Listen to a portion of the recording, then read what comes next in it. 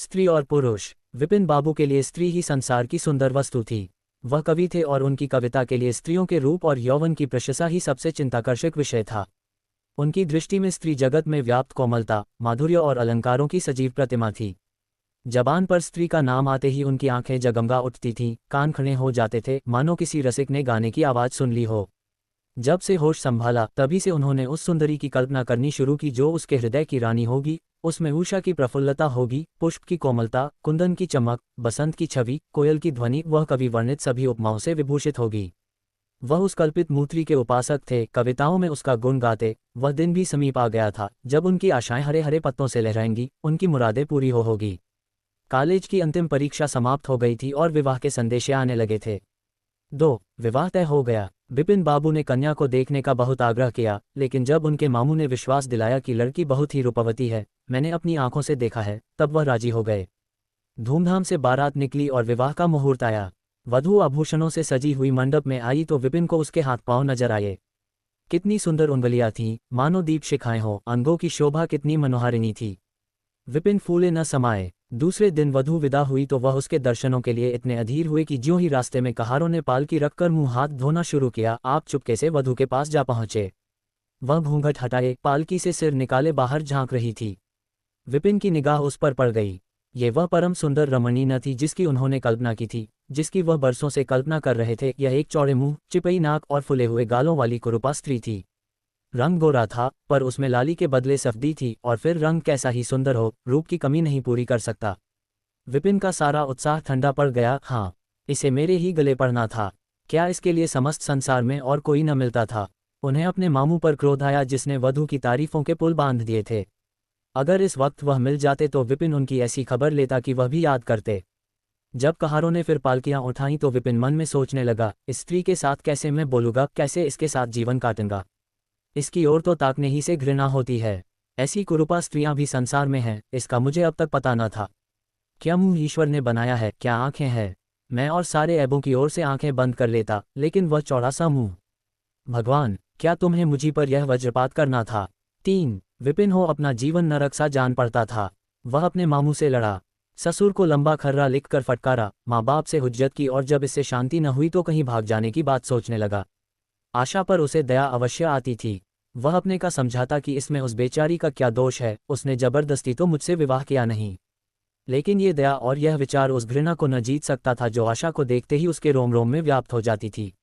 आशा अपने अच्छे से अच्छे कपड़े पहनती, तरह तरह से बाल संवारती, घंटों आईने के सामने खड़ी होकर अपना श्रृंगार करती, लेकिन विपिन को ये शुतुरगमज से मालूम होते। वह दिल से चाहती थी कि उन्हें प्रसन्न करूं, उनकी सेवा करने के लिए अवसर खोजा करती थी, लेकिन विपिन उससे भागा भागा फिरता था। अगर कभी भेंट हो जाती तो कुछ ऐसी जली कटी बातें करने लगता कि आशा रोती हुई वहां से चली जाती। सबसे बुरी बात यह थी कि उसका चरित्र भ्रष्ट होने लगा। वह ये भूल जाने की चेष्टा करने लगा कि मेरा विवाह हो गया है। कई कई दिनों का आशा को उसके दर्शन भी न होते। वह उसके कह कहे की आवाज़ें बाहर से आती हुई सुनती, झरोखे से देखती कि वह दोस्तों के गले में हाथ डाले सैर करने जा रहे हैं और तड़प कर रह जाती। एक दिन खाना खाते समय उसने कहा, अब तो आपके दर्शन ही नहीं होते, मेरे कारण घर छोड़ दीजिएगा क्या? विपिन ने मुंह फेर कर कहा, घर ही पर तो रहता हूँ। आजकल जरा नौकरी की तलाश है, इसलिए दौड़ धूप ज्यादा करनी पड़ती है। आशा, किसी डॉक्टर से मेरी सूरत क्यों नहीं बनवा देते? सुनती हूँ आजकल सूरत बनाने वाले डॉक्टर पैदा हुए हैं। विपिन, क्यों नाहक चिढ़ती हो, यहाँ तुम्हें किसने बुलाया था? आशा, आखिर इस मर्ज की दवा कौन करेगा? विपिन, इस मर्ज की दवा नहीं है। जो काम ईश्वर से ने करते बना उसे आदमी क्या बना सकता है? आशा, ये तो तुम ही सोचो कि ईश्वर की भूल के लिए मुझे दंड दे रहे हो। संसार में कौन ऐसा आदमी है जिसे अच्छी सूरत बुरी लगती हो? किन तुमने किसी मर्द को केवल रूपहीन होने के कारण क्वामरा रहते देखा है? रूपहीन लड़कियां भी माँ बाप के घर नहीं बैठी रहती। किसी न किसी तरह उनका निर्वाह हो ही जाता है। उसका पति ऊपर प्राण ने देता हो, लेकिन दूध की मक्खी नहीं समझता। विपिन ने झुंझला कर कहा, क्यों नाहक सिर खाती हो? मैं तुमसे बहस तो नहीं कर रहा हूँ। दिल पर जबर नहीं किया जा सकता और न दलीलों का उस पर कोई असर पड़ सकता है। मैं तुम्हें कुछ कहता तो नहीं हूँ, फिर तुम क्यों मुझसे हुज्जत करती हो? आशा ये झिड़की सुनकर चली गई। उसे मालूम हो गया कि इन्होंने मेरी ओर से सदा के लिए हृदय कठोर कर लिया है। 4. विपिन तो रोज सैर सपाटे करते, कभी कभी रात को गायब रहते। इधर आशा चिंता और नैराश्य से घुलते घुलते बीमार पड़ गई, लेकिन विपिन भूल कर भी उसे देखने न आता, सेवा करना तो दूर रहा। इतना ही नहीं, वह दिल में मानता था कि वह मर जाती तो गला छुटता, अब की खूब देखभाल कर अपनी पसंद का विवाह करता। अब वह और भी खुल खेला। पहले आशा से कुछ दबता था, कम से कम उसे यह धड़का लगा रहता था कि कोई मेरी चाल ढाल पर निगाह रखने वाला भी है। अब वह धड़का छुट गया। कुवासनाओं में ऐसा लिप्त हो गया कि मर्दाने कमरे में ही जमघटे होने लगे। लेकिन विषय भोग में धन ही का सर्वनाश होता, इससे कहीं अधिक बुद्धि और बल का सर्वनाश होता है। विपिन का चेहरा पीला लगा, देह भी क्षीण होने लगी, पसलियों की हड्डियां निकल आईं, आंखों के इर्द गिर्द गड़े पड़ गए। अब वह पहले से कहीं ज्यादा शौक करता, नित्य तेल लगता, बाल बनवाता, कपड़े बदलता, किंतु मुख पर कांति न थी, रंग रोगन से क्या हो सकता। एक दिन आशा बरामदे में चारपाई पर लेटी हुई थी। इधर हफ्तों से उसने विपिन को न देखा था। उन्हें देखने की इच्छा हुई। उसे भय था कि वह सन आएंगे, फिर भी वह मन को न रोक सकी। विपिन को बुला भेजा। विपिन को भी उस पर कुछ दया आ गई। आकार सामने खड़े हो गए। आशा ने उनके मुंह की ओर देखा तो चौंक पड़ी। वह इतने दुर्बल हो गए थे कि पहचानना मुश्किल था। बोली, तुम भी बीमार हो क्या? तुम तो मुझसे भी ज्यादा घुल गए हो। विपिन, ओह, जिंदगी में रखा ही क्या है जिसके लिए जीने की फिक्र करूं? आशा, जीने की फिक्र न करने से कोई इतना दुबला नहीं हो जाता। तुम अपनी कोई दवा क्यों नहीं करते? ये कहकर उसने विपिन का दाहिन हाथ पकड़कर अपनी चारपाई पर बैठा लिया। विपिन ने भी हाथ छुड़ाने की चेष्टा न की। उनके स्वभाव में इस समय एक विचित्र नम्रता थी जो आशा ने कभी न देखी थी। बातों से भी निराशा टपकती थी। अक्खड़पन या क्रोध की गंध भी न थी। आशा का ऐसा मालूम हुआ कि उनकी आंखों में आंसू भरे हुए हैं। विपिन चारपाई पर बैठते हुए बोले, मेरी दवा अब मौत करेगी। मैं तुम्हें जलाने के लिए नहीं कहता। ईश्वर जानता है, मैं तुम्हें चोट नहीं पहुंचाना चाहता। मैं अब ज्यादा दिनों तक न जीऊंगा। मुझे किसी भयंकर रोग के लक्षण दिखाई दे रहे हैं। डॉक्टर ने भी वही कहा है। मुझे इसका खेद है कि मेरे हाथों तुम्हें कष्ट पहुंचा, पर क्षमा करना। कभी कभी बैठे बैठे मेरा दिल डूब जाता है, मूर्छा सी आ जाती है। ये कहते कहते एकाएक वह कांप उठे। सारी देह में सनसनी सी दौड़ गई। मूर्छित होकर चारपाई पर गिर पड़े और हाथ पैर पटकने लगे। मुंह से फिचकुर निकलने लगा। सारी देह पसीने से तर हो गई। आशा का सारा रोग हवा हो गया। वह महीनों से बिस्तर न छोड़ सकी थी, पर इस समय उसके शिथिल अंगों में विचित्र स्फूर्ति दौड़ गई। उसने तेजी से उठकर विपिन को अच्छी तरह लेटा दिया और उनके मुख पर पानी के छींटे देने लगी। महरी भी दौड़ी आई और पंखा झलने लगी, पर भी विपिन ने आंखें न खोलीं। संध्या होते होते उनका मुंह टेढ़ा हो गया और बायां अंग शून्य पड़ गया। हिलाना तो दूर रहा, मुंह से बात निकालना भी मुश्किल हो गया। यह मूर्छा न थी, फालिज था।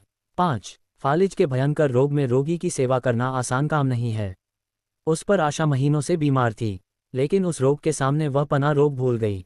15 दिनों तक विपिन की हालत बहुत नाजुक रही। आशा दिन के दिन और रात की रात उनके पास बैठी रहती।